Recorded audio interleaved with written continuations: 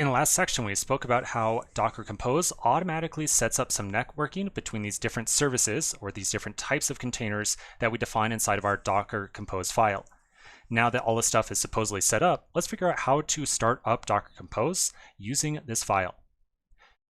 All right, so remember, the entire purpose, or well, I should say one of the purposes of Docker Compose is to kind of make it easier to run all the different commands that you usually run with Docker Run.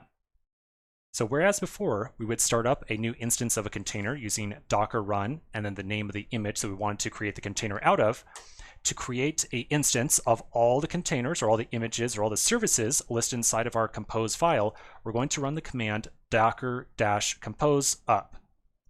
Now that one's pretty straightforward. So essentially instead of saying run, we're going to say up, and we don't have to specify an image. We're not specifying an image because Docker Compose is going to look into our current working directory and automatically look for a docker-compose file inside there. Now the thing to be aware of is that before we had the two separate Docker commands to build an image and run it. So if we wanted to rebuild the image from our Docker file and then start an instance of it, two separate commands.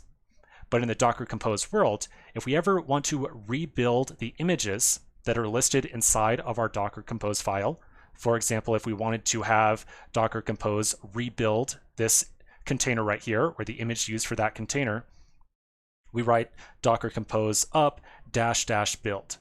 And so this -- build right here is what essentially tells Docker Compose, start up our containers again, but make sure you try to rebuild them ahead of time so that we get all the latest changes. Okay, so let's give this a shot. I'm going to flip on over to my terminal. I'm inside of my project directory, and I can definitely verify that I have my docker-compose file inside of here. So I'm going to run docker-compose up.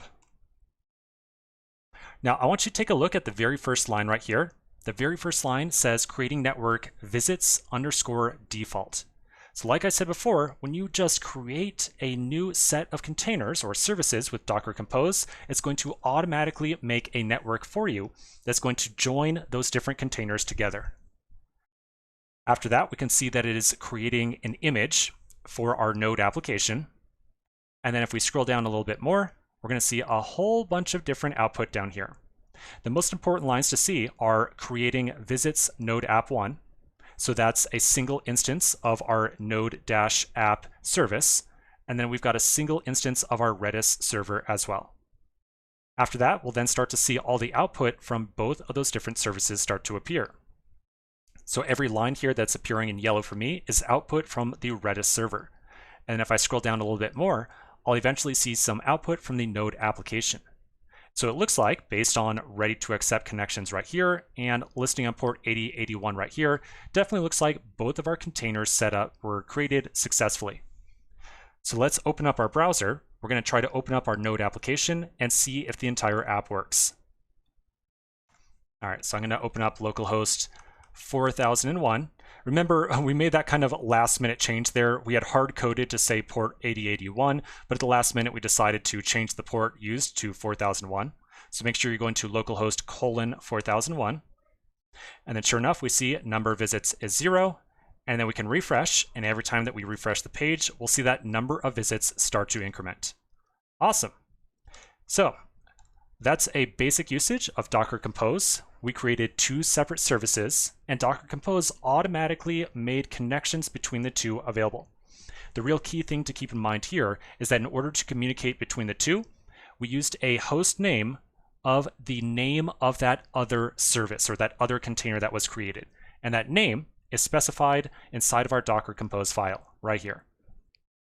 So anytime you are making use of maybe some database driver inside of your web application layer, anywhere you would normally put in a connection URL or connection URI, you can instead just list the name of that other container, and the host name will be automatically resolved for you by Docker.